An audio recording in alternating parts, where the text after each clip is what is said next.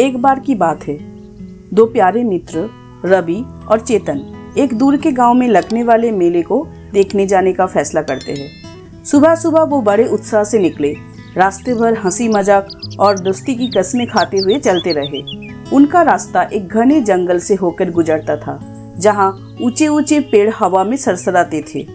चलते चलते दोनों दोस्त अपनी दोस्ती की गहराई पर चर्चा करने लगे।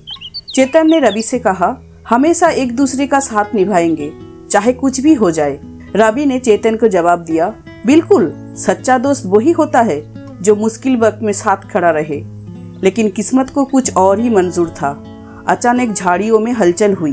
दोनों के कदम रुक गए। कुछ ही पलों में एक विशाल भालू जंगल से बाहर निकला और सीधा उनकी ओर बढ़ने लगा। दोनों के दिल जोर जोर से धड़कने लगे। चेतन ने बिना एक पल गवाए पास की एक ऊंचे पेड़ पर चढ़ना शुरू कर दिया। अपनी जान बचाने की चिंता में वो भूल गया कि उसका दोस्त नीचे खड़ा है।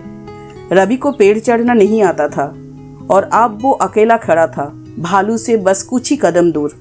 फिर उसे एक पुरानी कहावत याद आई, भालू मरे हुए इंसान को नहीं छूता।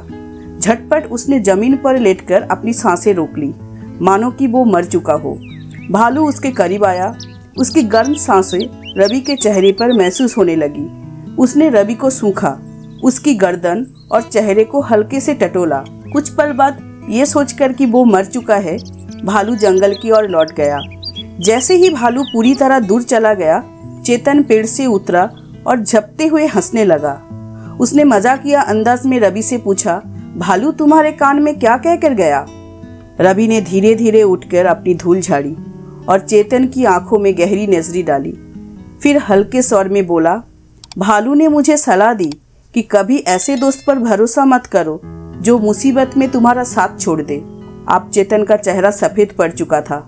वो कुछ नहीं कह सका क्योंकि अब रवि को उसकी असली दोस्ती का पता चल चुका था। इससे हमें शिक्षा मिलते है, सच्चा दोस्त वही होता है जो संकट में साथ निभाए,